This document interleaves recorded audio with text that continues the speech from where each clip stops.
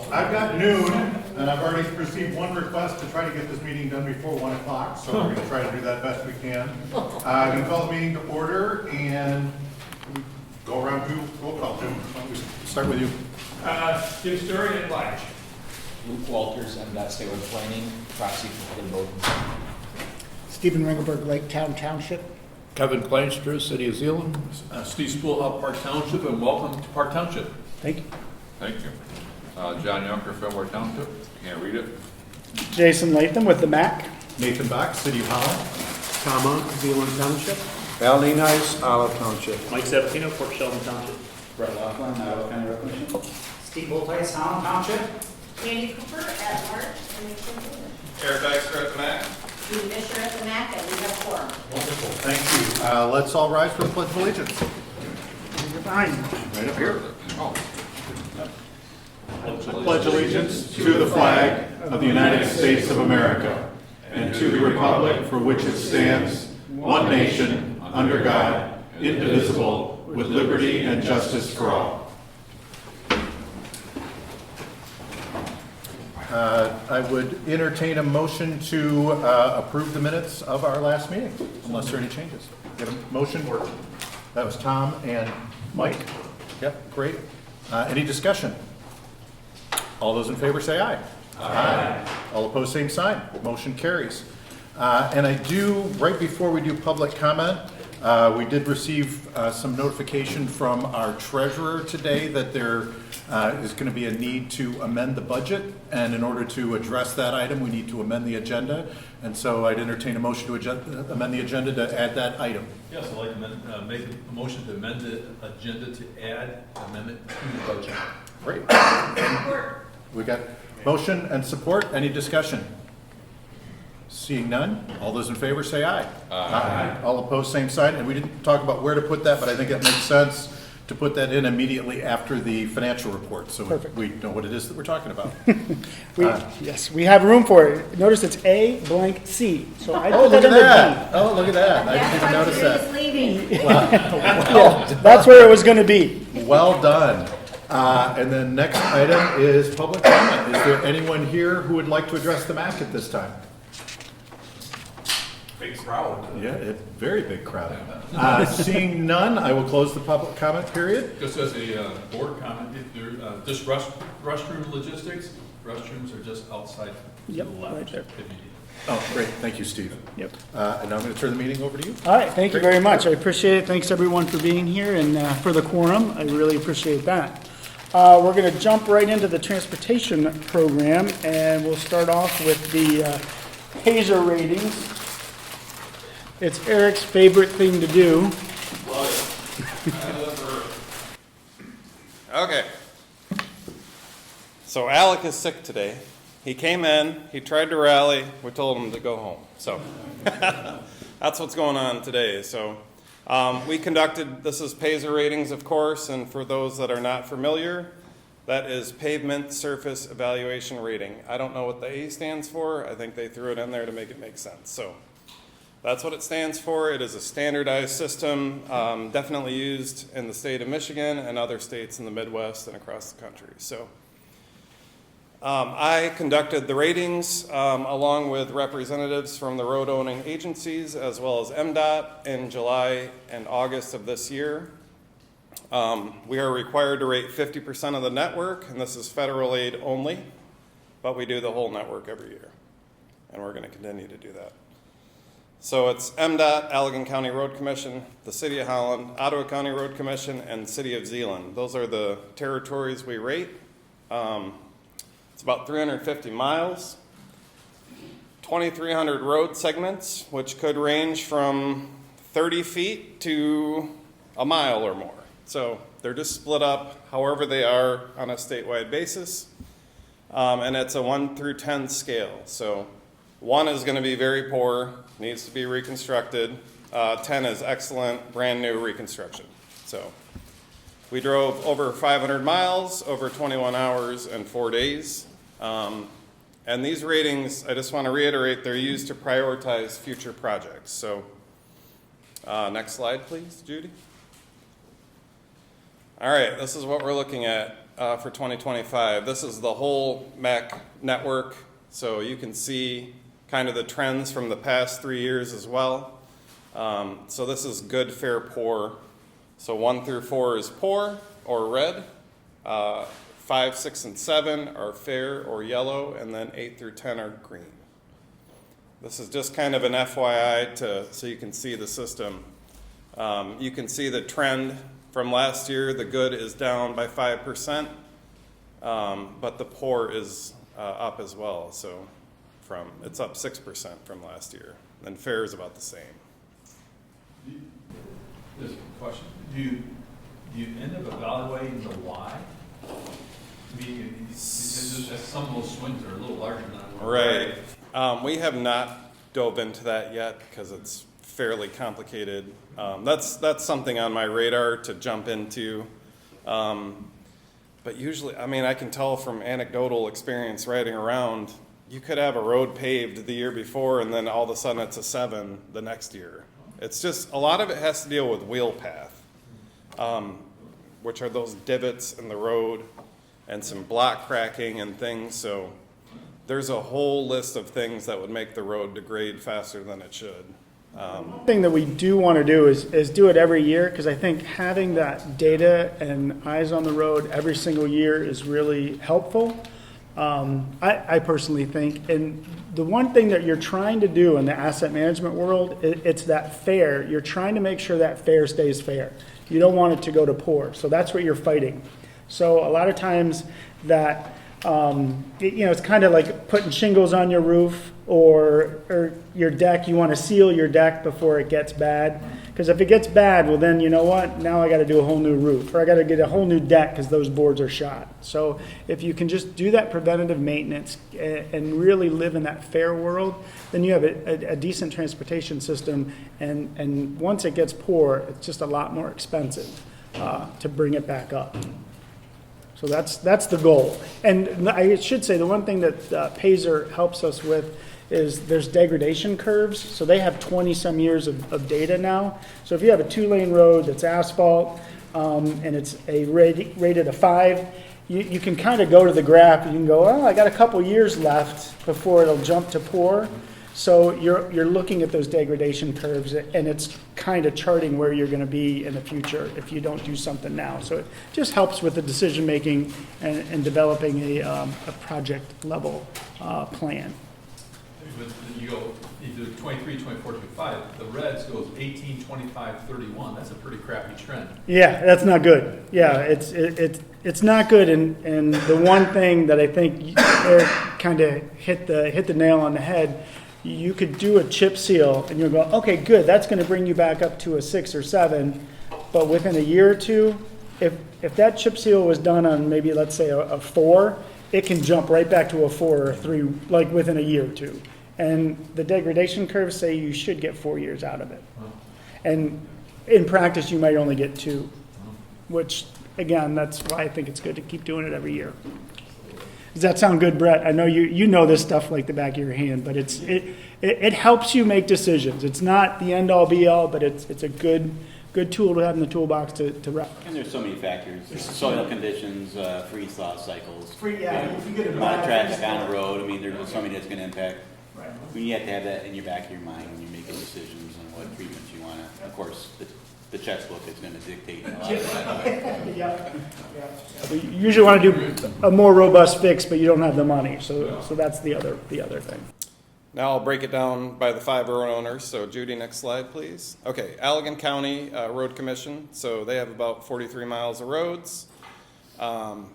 You can see the good, fair, poor, pretty balanced, I would say, for Allegan County, the federal aid roads. So on each one of these, I wrote some roads to think about, or stretches of roads to think about that are kind of the lowest end of the rating. So if Craig or Larry were here, they'd probably recognize some of these. 58th Street south of Blue Star, 146 west of 64th, and then 52nd from Otagon to 147th. That one in particular is going to be important because of LG over there, and a lot of people are using that road, as John probably knows. So, all right, next slide, Judy. Okay, City of Holland has almost 60 miles of federal aid roads.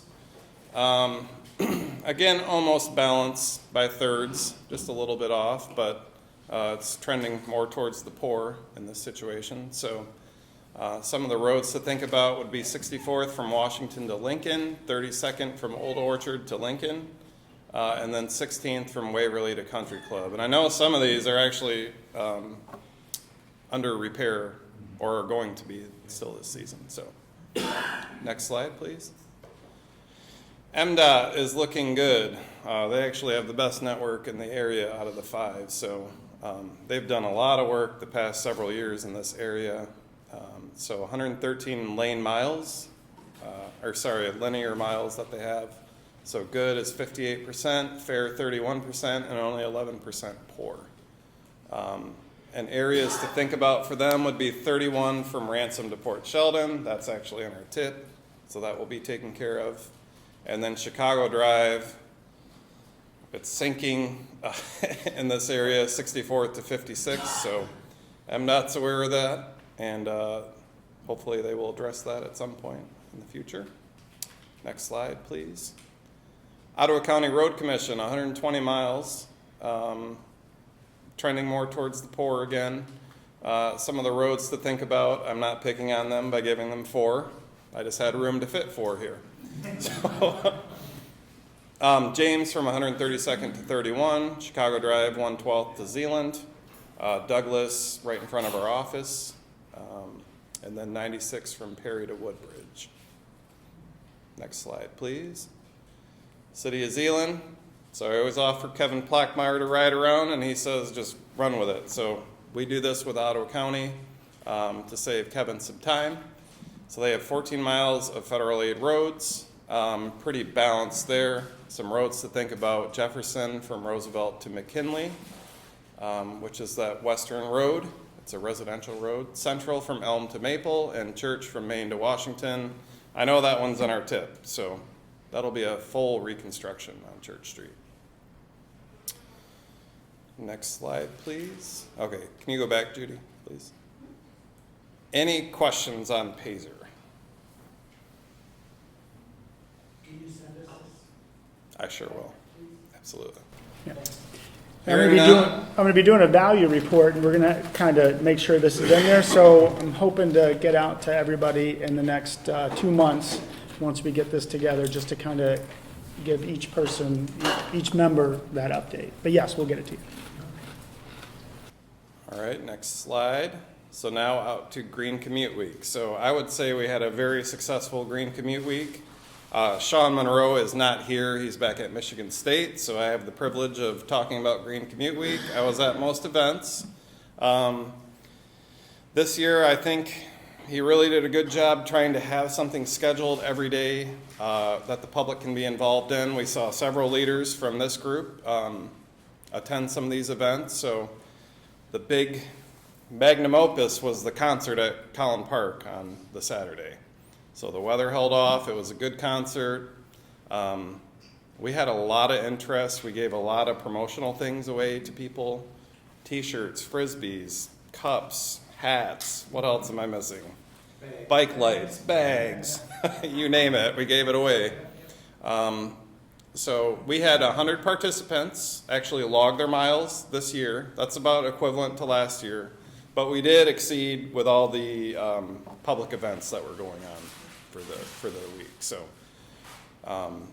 those 100 participants put in 224 entries, and we logged over 3,000 miles. And then that equates to 2,400 pounds of carbon that was reduced, or over $1,000 saved on gas. So we did have 20 winners. We gave out gift cards. They gave out T-shirts and other things. So we hope for next year to have it even better, and we'll have another intern hopefully to help out with it. So, any questions on Green Commute Week? Doesn't matter what you ate when you were riding, the your exhaust. Eat light before you go out on the bikes. Yeah, I really enjoyed the leadership bike ride. Was nice. That was fun. It went by fast, maybe because I was on an e-bike, but I had to kind of keep the pace. I was the pace car, so yeah. The really nice thing is a few of the winners were teachers from the community. So they came in and we got to talk to them, very engaged, asking for materials so they can go back and work on some lesson plans, talk to their kids. So I think those are the kind of things that really help build the awareness. And I think that's something that we can really work towards next year as well. Yeah, our wives were both, I mean, your wife's a professor now. Mine used to be a teacher. She works at Hope, though. So engaging the young kids is very important. I think that may even be our focus for next year would be to engage school-age children to get out more and not rely on mom for a ride all the time. So, yeah. Other than that, no other questions? Move on, Judy. All right, then we're going to jump into MDOT and Federal Highway comments. And MDOT, that's you, Luke. I didn't get any major updates from Tyler or anything. Only update from my side of things is we're expecting approval of the 26 to 29 TIP any day now from FHWA and FTA. So yeah, really just a matter of time before that's done, and definitely anticipating that approval before the end of the fiscal year. All right, any questions for MDOT? Things look good in terms of wrapping up construction season. I know my commute home, some things wrapped up already, which is nice in September, which is good. I did get some updates from some local MDOT folks that apparently the potential government shutdown is looming, I think state level and federal level. So that's a double whammy. Sounds like you guys are working on some plans, some contingencies. Yeah, we'll see. Yeah, you don't know. Yeah, I know when I was at MDOT, we actually did a shutdown. I can't remember what year that was, but I think it only lasted a couple hours. I think my job was to hand the letters to the bridge operators to let them know that I think I stopped by at dinner. And I said at midnight, just put the bridges up and go home, and here's the letter. And I think by 1 a.m. the bridges were back down and they were all back to work, so that was good. So hopefully that doesn't happen again. It's just it's difficult. It's a process. It's a thing, and they'll get through it. They're all contracted out now, so they won't. Oh yeah. So we don't have to do it. Yeah. That's good. All right. Any other questions or comments? All right. Well, we're moving quick because there is another meeting after this meeting, so we're going to get through this quick. Hey, Jason? Yes. With highway stuff, has there been any progress at all with the pedestrian crossing or grants or anything like that in Zeeland? No, the grants we applied for, we didn't get. We'll continue to apply, continue to discuss. I know with our Safe Streets for All discussion, we're looking at maybe some interim improvements that could happen in that area. So we're just going to keep moving to try to get the system as safe as possible. Thank you. Yep. Yeah, we applied for 3 total grants for that, and we got denied on every single one. So it's tough. It's tough sometimes when you put all that work into it, and then you do it again, Right. and then you do it again, and you just get denied. So, but we're gonna keep. Yeah. At first you don't succeed, try again. Yep. It's very important. Yeah. And we have good data and we have good information, so we feel like we're just getting better at it. But I think I let you guys know when we didn't get the one last year that we obviously got debriefed, and I let them know that there's winners and losers, and then to me I put us in the super loser category because we spent a lot of time and a lot of money to not get it. Where if we wouldn't have done anything, we wouldn't have gotten it, but I wouldn't have spent time and money. So I let them know that when you have a good application that you put together, that it does raise the bar and your expectation as well. So maybe that's not the best process is to have competitive grants, because there's a lot of effort that isn't rewarded. If I can just play out here, am I naive to think that it's more of the year's total budget? So you apply and apply and apply. In this year's budget, yours looks better than the rest that year, and you get budget. Am I naive to think that the bucket of cash in the applications that are going after that cash in that particular year, you just didn't score well that year, so maybe the next year you get better? I mean, So you it keep on- honestly- You keep on applying, right? You said, Yeah. it looks like, it sounds like you applied 3 times. Yep. But is it more of the year that you applied? If we would have been a year ahead, I Yeah. think we might have gotten it, because Okay. it's what ended up happening is people realize, wait, there is money out there, and then it gets more competitive Okay. and more difficult, Okay. because the consultant community, as well as the other agencies, now they know how to go after it, so then it makes it even more difficult. Oh, my. And then what I realized is they didn't look at the application as well as they should have, because we had a time of return, a safety benefit, that I think was easily comparable to anything that was funded. But they told us, oh, well, we didn't make it to that point where we actually looked at that number, and then they said, well, you didn't do enough outreach. And I said, we had probably the best community outreach. I've been doing this for 30 years. I know how to do community outreach. MDOT even was like, we partnered with them. They couldn't believe how many people came to our meeting in Zeeland. Our community outreach should have been scored 10 out of 10, and they scored us below average. So then they said, oh, we put you in that bin, so we didn't get to the next level where we could have seen the safety benefit. I'm like, well, why? Since it's a safety, why wouldn't you look at that first and then go, all the best safety projects now are going to now be scored? So that's when the person said, well, I wasn't the one scoring, I'm just the messenger, don't shoot the messenger. And then I think that's where my super loser comment came through. I couldn't bite my tongue hard enough to not say, yeah. But it's, you live and learn, and you figure it out, and we're going to keep working, for you guys to get you as much money. And I'm hoping that this next round of Safe Streets for All, we had the City of Holland and Ottawa County Road Commission put in projects, and I think they're going to be very well suited. So let's, got our fingers crossed. Gives us a little more time to save up, right, Tom? Yeah, right. And there's still one more year, so next year, Zeeland and Zeeland Township could apply jointly under the Safe Streets for All. So there's still one more year of funding. Yeah, exactly. And so there's a different funding category now that we're eligible, so we can go after it maybe in a different place that we might be more competitive in that category. And they are changing the requirements each year. And I think that's with the new administration, and I think they're realizing we have so many grants that are coming in. Let's change the criteria that we're judging projects. So it is a little bit of a moving target too, which makes it more difficult. Okay, thanks. Yep. All right, so we're going to jump in on the financial side. We'll kind of do the financial report. I'm going to start, we'll kind of combine it with the new agenda item that was just added as well. So where we are right now, if you guys have in your packet our budget, I've been talking to Chris. We were working diligently at the end of August, kind of making sure everything was right where it needed to be. And I was like, at the road commission, we always did a budget amendment at year end. That's just standard because you kind of don't know where things are gonna wind up. And he's like, nope, we're good. And I said, all right, great.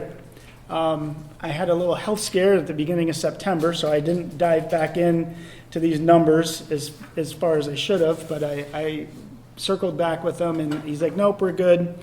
And the miscommunication part on my end was he was talking about our revenues from our consolidated planning grant as well as CMACC and those MDOT funds.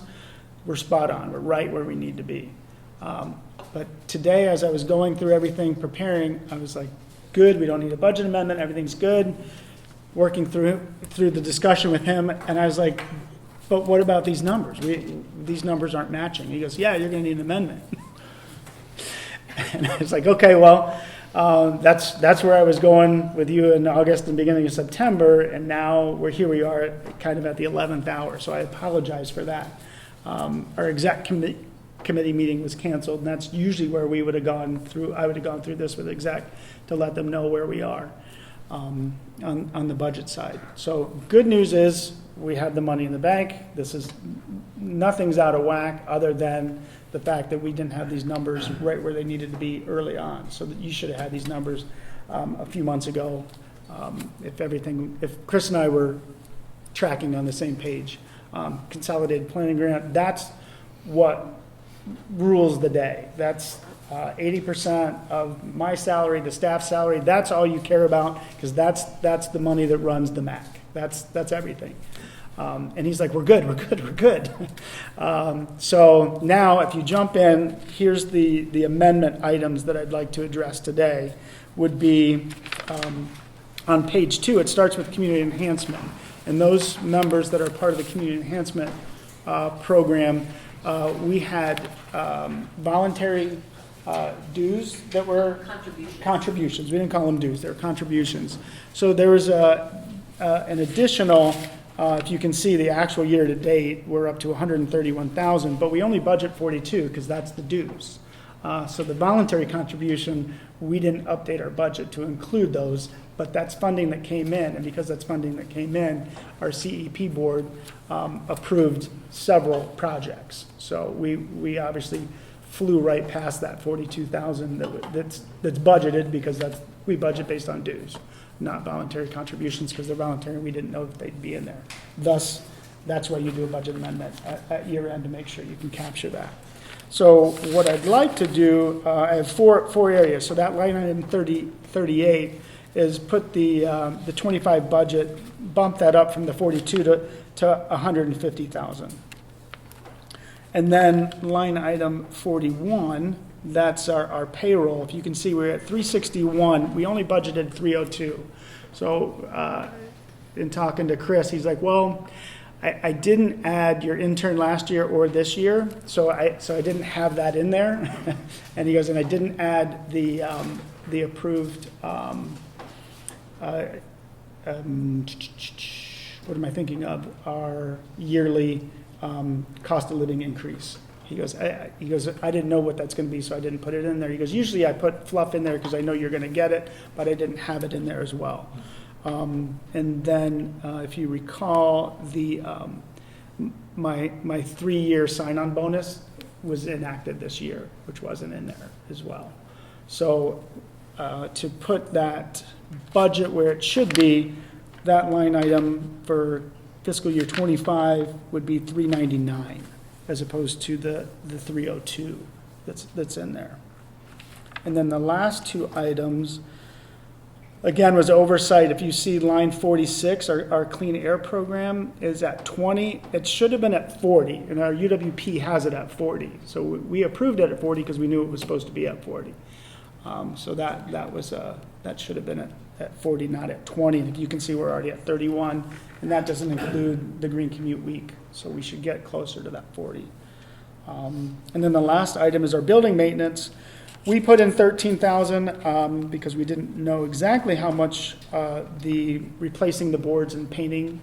We had the rotten boards around the base of the building that needed to be improved, as well as our back door that needed to be replaced. So we're already at 23 there. I don't anticipate any more, but still that 13,000 to make that 30,000. So those are the 3 line item amendments that I'm proposing. If anybody has any questions, we can talk about that a little bit more. And certainly I can, we're going to be obviously audited, where we're going to have lots of detail, but that detail doesn't come till February. But I can give more information to this budget if you guys need it. But again, apologize that this wasn't discussed at exec committee and wasn't on the agenda today as an amendment. But I appreciate that we got it on there now. Did I do the math right, that we're looking at an additional 142,000?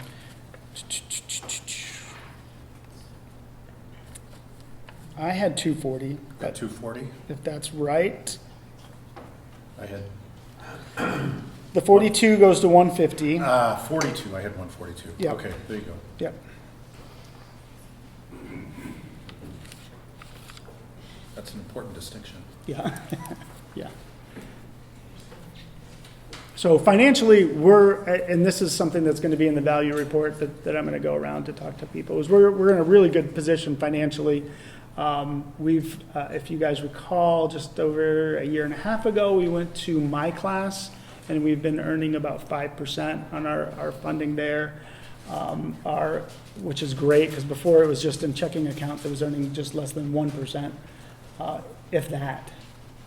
So we've shown year over year a growth in our financial position. So If you're fixing some of these line items, why wouldn't we fix them all? so I mean, we're over budget on Safe Streets for All. We're over budget on right, there's a ODC. I mean, there's a bunch of them. They're not Yeah, I think- material at the end of the line, we're still in the green. And that's, so when I talked to Chris, asked him the same thing. Should we fix everything? And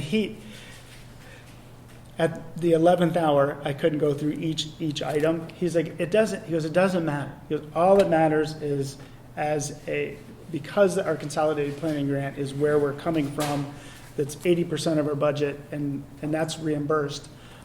He goes, I just need to I talk about it every year with our auditors. It's what was budgeted, and as long as we spent less. That's it. That's all I care about. That's all I need. The bottom line or per line? Bottom item? line. Yeah, bottom line. Bottom line. That's the It's same thing our auditors It's tell not, me. it's not So- per line. So Yeah. he's like, I'm not concerned about that. And I was like, But it goes "Why not?" back to, if you're fixing some of the line Right, items, just fix all of them. just fix them all. Which we can do if But it would take too much math. yeah, it takes a lot of time, and I didn't want to come in here and go through every single line item. So that's why I didn't do it, because I had 43 minutes to fix it, which is unfortunate, and I apologize for that. So can you restate each of it? So I think I have it. The 42,916 in line item 38 goes to 150. Yep. The 302,175 in line item 41 goes to 399. Yes. And then line item 46 goes from 20 to 40, yep. And then 76 goes from 13 to 30. So I'll make that motion, Okay? that we amend the budget by changing line item 38 to 150, line item 41, the budget to 399, line item 46, the budget to 40,000, and line item 75 to 30,000, Yep, to 30. to 30,000. Yep. Line item 76, sorry.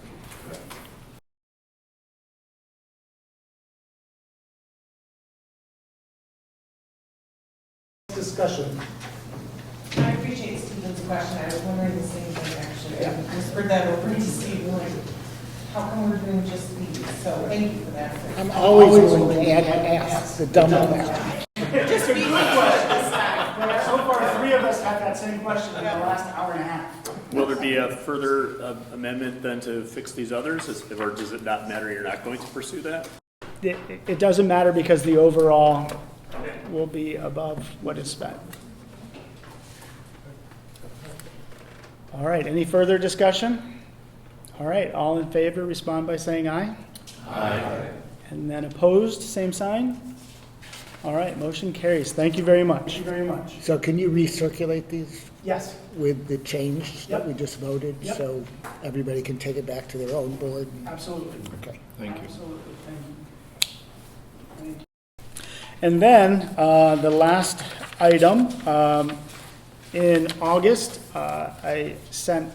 we'll send just a draft performance review to exec committee. We discussed that a little bit. And then I finalized that and sent it out a few weeks ago for exec to review. And like I said, the exec committee was canceled, so we didn't get to sit down and really dive into it.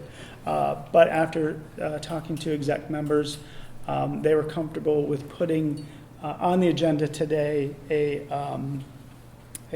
motion to approve a one-step increase for me in accordance with the schedule that we put together a few years ago. So they said I met expectations. Maybe not with the budget, but everything else.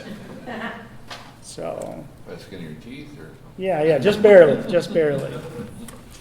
So I appreciated that. So I'm looking for a motion, is what we did last year, is to approve my compensation, the one-step increase for satisfactory performance for this fiscal year. I'll enthusiastically make that motion. Well, thank you very much. I'll enthusiastically support it. Well, thank you very much. We have a motion and a second. Any further comments, questions? All right. Any comment be enthusiastic, so. Okay. All right. Well, all in favor, respond by saying aye. Aye. All right. Opposed, same sign. All right. Motion carries. Thank you so much. Thank you. That was an enthusiastic vote. It was. Thank you. Please Well, note that in the minutes. all right. Enthusiasm. You got that, Judy? Is there a font for that? All right. So now we're going to member comments, and I think we're going to start with Steve, the host. Hey, great. Well, thank you for coming to Park Township. If you have any interest, I will be happy to walk out to the pickleball courts that have been quite a success. If you're interested after the meeting to see what's going on that site.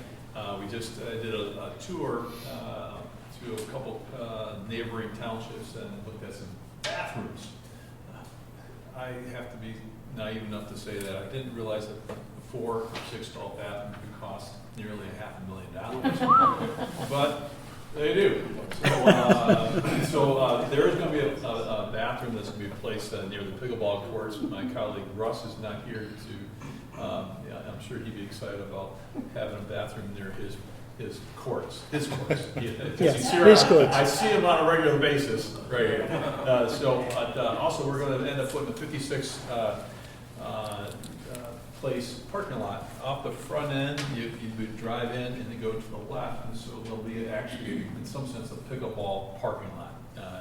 If you had come here 3 hours ago, you probably would not have found a parking spot. It has been one of our most frequented amenity in Park Township is these particular courts, and so what we have found though is about 2/3 of the players are not from our township. Wow. And which is fascinating to me that good things happen at good parks. You know, you get good attendance, good participation when you have a good resource, and I can only imagine. You know, I wandered through your recreational facility and it's top notch, and I can only imagine this winter it's going to be busy. So I just have to affirm when we do things good, people show up. Yep. So that's kind of fun. A couple things as it relates to money. A couple years back, we received a grant through MACC for a bike path, one of the last pieces of bike path in our township, and it's between Quincy and Ransom. And that bike path is going in on 152nd Street. So that was a grant. It slips my mind what grant that was. It was 2 years ago that we received money for that particular bike path. Thank you to the Road Commission. We have a 4-way stop at the 160th in Riley intersection. Quite a troublesome intersection. I frequent it. That's now my commute going home, and so it's nice to slow things down. Some of these country roads, unfortunately, folks think they're more of a highway than a country road, and they're doing 50, 60, or actually 60 plus. And our most frequented park down that road is Riley, and the entrance is less than a half a mile from that corner. So to slow things down is really a gift to the community and the realm of safety. So that's pretty cool.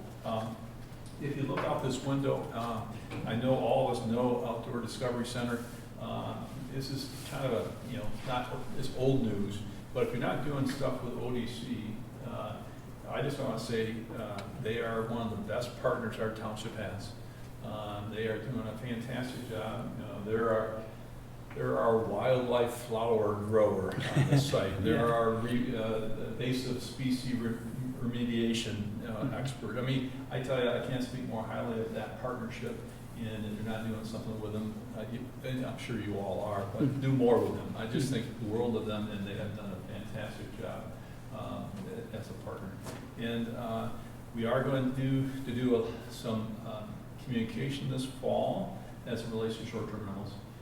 We have been quietly watching the courts work our court case through. It seems like we're getting towards resolution, and we're going to take more of a vocal, positive movement. We did hire a full-time enforcement officer. We have a part-time. Now we have a full-time enforcement officer, a retired policeman who doesn't take a lot of crap. And we're building cases, and we're just going to affirm our residents' support of no short-term rentals is not lost on our board, and we will continue to fight for residents and safety in our neighborhoods. And so that's going to be a push this winter, because it seems like we're at this point in the court system that we're beyond the be nice, let's figure it out. Okay, now we're into we're going to shut down. Yep. We've had neighborhoods overrun, and it's very unfortunate. So Yep. anyway, that's the latest. Again, thank you for coming, and if you need a tour or questions, let me know. All right, well, thank you. So we go clockwise, counterclockwise?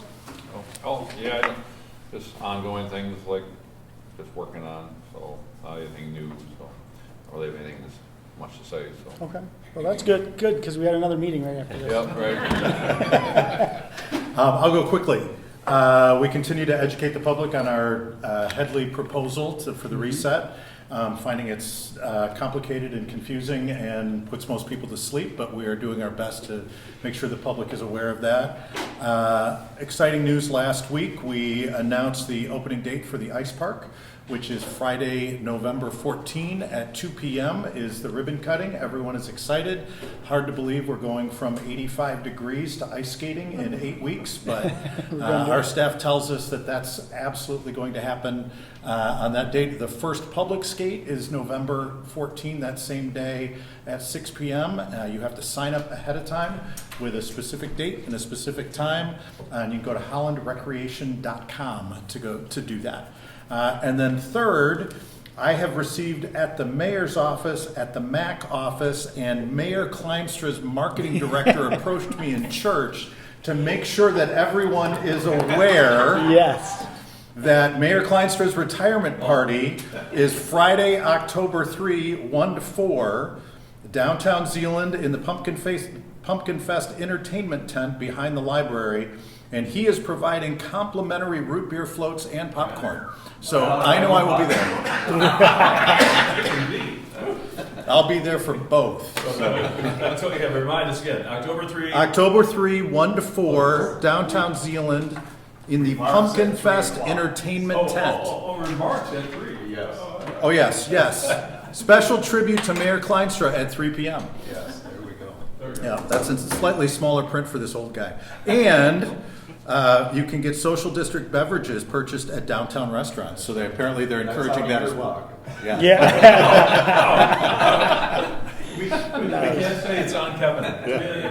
You can. My wife, she's usually pretty generous. Yeah. All right, Tom. Yeah, just looking out the window at the ODC, Gentex just had their ribbon cutting for their educational ODC partnership in my backyard. So it's gorgeous. It is unbelievable. So just echo your remarks on that. As far as the township goes, we got through a rezoning issue that had a lot of residents' attention for a development on Woodbridge by the school. So hopefully that will now move forward. And the next thing that has got the residents' attention is solar farm development in the township. So we're trying to work through that with updating our ordinance regarding that and working with the solar developers. So those are the hot things going on in Zeeland right now. The only thing I got to report is the ISD building just south of our township hall is up and running. They added some classrooms there and got the parking lot done about 3 hours before school opened. Just in time. Just in time, baby. But it looks very nice. All right, yep, two things. Our master plan is now back to the planning commission for this Wednesday. They'll be reviewing that, hopefully sending it back up to us for approval, and we'll be done with that process. Been a long process, but a good one, and learned a lot through it too. So that's happening. And then the second thing is the City of Wyoming third transmission main going down Van Buren, heading toward you guys next or very shortly, is moving fast, and so it's looking really good. Progress updates on their website, Klein & Newhoff has. It's been real beneficial for our residents. We haven't had too many folks, with confusion. It's been publicized, and I think they've done a good job of the public outreach. So, yeah, so that's moving along. Massive pipes. Massive, yeah. Massive pipes. 60 inch. 60 inch. 60 inch, yeah. 60 inch. They're on the side of the road. I think it's right now. 54 They inside, can 60 walk inch. through them standing there. Yeah, They're yeah. huge. So, but there's some good aerial photos on that Klein & Newhoff site. You can get to that from our township website as well. So. Well, most of our projects are completed for this area. I think we have one in Park Township up in Idlewood, kind of a specialty job. It's a 10-foot wide concrete road. They're gonna rip out, put in asphalt. They've done a couple of those last few years, so it should go smoothly. But the rest of them are just punch list items that we're gonna pick away at the contractor before they get their final payment. So other than that, that's all I got. Well, I'm more than pleased to announce that the last segment of the Pathway Project on Quincy from 136th to John F. Donnelly Drive is done. A culvert had to go in next to the railroad, so we were coordinating CSX, consumers, and AT&T. Yeah, right. Collective groan. But we got there, and culvert got placed last week. It's supposed to be paid Thursday. So very, very happy to have that project. That's it. Yeah, we've had some big announcements coming out of Lakeshore Advantage, talking about, we were just talking, JR Global Headquarters got announced last week, which is really exciting to see us solidify them here on the Lakeshore. Also spending a lot of time working with our partners at the state and our legislators, talking about the budget and what's happening. We're coming to October 1st fast and trying to remind the impact of some of the programs we've seen and been able to utilize here at the state level and see them activated locally. So yeah, I'm keeping busy with that and being anxious to see where all that ends up. Yes, this comes into the category of creep in title. In the at-large thing, maybe missed it last week, Consumers Energy signed a deal with a company called Confluence Energy, which is out of our director's home state, Maryland, and for selling their 13 hydroelectric dams to that company for $1 million each, or $13 million, including the one in Allegan County, Calkins Street Dam in Holland. It's a 30-year deal. Of course, the deal has to be approved by 2 federal agencies, so probably not take effect for another 12 to 18 months. Public Service Commission and the Federal Energy Regulatory Commission have to approve it. I think it's significant because one of the options for consumers was to walk away from the dams and decommission them, but the rest of the world is turning to hydro as the original green energy, and hopefully some of the great tax advantages that have been available to solar farms and windmills may be directed towards these existing facilities that last forever. And to that point, in Sault Ste. Marie, they have 2 dams. They're hydro facilities that have operated for over 100 years.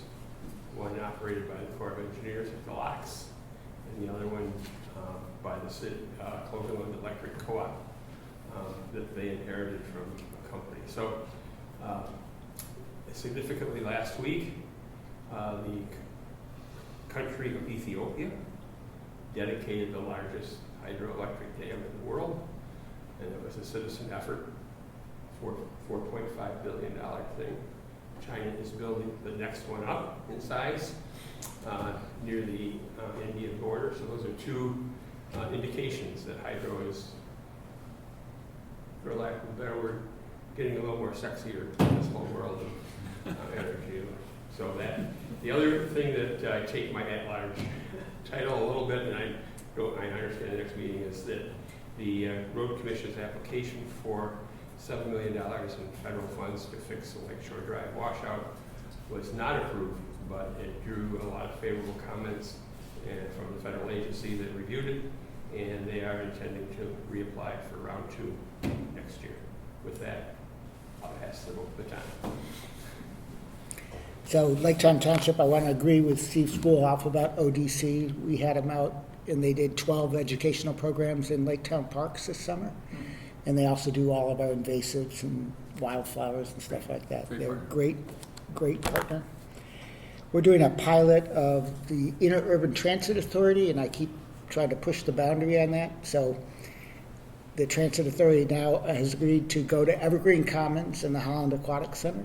So you can go from Douglas, Saugatuck Township, Lake Town into Evergreen Commons or the Aquatic Center. We already had 2 spots in Holland. We were going to Family Fair to connect with the bus, the MACC there, and we also run it all the way to the train station. So we're all pretty connected with each other. People don't really care. They went across my boundary into Park Township, or they go across the boundary into Lake Town, or they go to Fillmore. Nobody really cares. We need to make sure we all act like we're integrated, and that's part of what we do here at the MACC. So I think it's a great thing. We have a moratorium on new standalone short-term rentals. If you ever want to make yourself unpopular, go ahead and head short-term rentals on. So we have a different situation in the park in that we did allow them beginning in 2020. So we have about 110 that no matter what we do are grandfathered. The question is, how many more do we need to have? And I gotta tell you, when I look at these high-density neighborhoods that you do plan unit developments, one of the things that's really clear to me is you should never allow short-term rentals in those neighborhoods. Those houses are 40 feet from each other. If you have somebody on 2.5 acres or 5 acres or 20 acres, maybe it works. But when you're that close together, it totally destroys the neighborhood. So we will see where we get to. My house has not yet been egged, but I'm expecting it any day because I live on a dirt road that's 1 lane. It has 8 houses on it. In the year 2020, there were no short-term rentals. Now there are 3 out of the 8. Totally changes your neighborhood. And my neighbors know I'm the guy behind this, so any day I'll get egged. We have surplus property. We own a home. I feel lucky. I have 2 schools that are bidding to buy it, both for the same reason. The home is inside a park, and they want to run educational programs, outdoor educational programs. They are the ideal purchasers. I hope they can pull it off. My board really wants me to sell that house, and I would prefer to keep it, but if we can't keep it, having it as a part of a school rather than a residential home. I know if I sell it as a resident, about a week after we sell it, I'll get my first phone call complaining about people in the park at night. I get them already from other neighbors, but it'd be worse with that one. November 27, at the Felt Mansion, they decorate 114 Christmas trees every year. And it's called the Unveiling on November 27. It's also a Gatsby-themed fundraiser. So I hope some of you have a chance to attend that. You can sign up for that party at the Felt Mansion website. That's it. Oh, we have a new manager. Finally got rid of that one. So she starts on the 29th, next week, Monday, and my last day actually as an employee is that Friday. I'm doing a 1-week handoff. All right, Kevin, is this the last one? Is this the last big No, I've got a couple more I can go to yet, so. Good. October and November, so even though I'm having a retirement party, they're trying to push me out a little earlier. I know the feeling. But I actually, last meeting will be the 17th of November, I think it is. So. But anyway, like Mandy said, we got to welcome JR Automation into Zeeland. We had groundbreaking last week, Friday. So big facility, lots of new jobs in the city of Zeeland. We're winding down on our park on Hoagland Park on Peck Street, right by our cemetery. It is like $1.5 million for that. So parks aren't cheap, bathrooms aren't cheap. So anyway, yeah, that's about it. Well, that's great. Well, I know we wanted to try to get done at 1 o'clock, which is going to be difficult because we have another meeting right after this. We got this one done. Yeah, we got this one done. So, how about we just, do we need a motion to adjourn? Motion to adjourn so we can start the next one? All right, motion to adjourn. All right, second. All in favor? Aye. All right.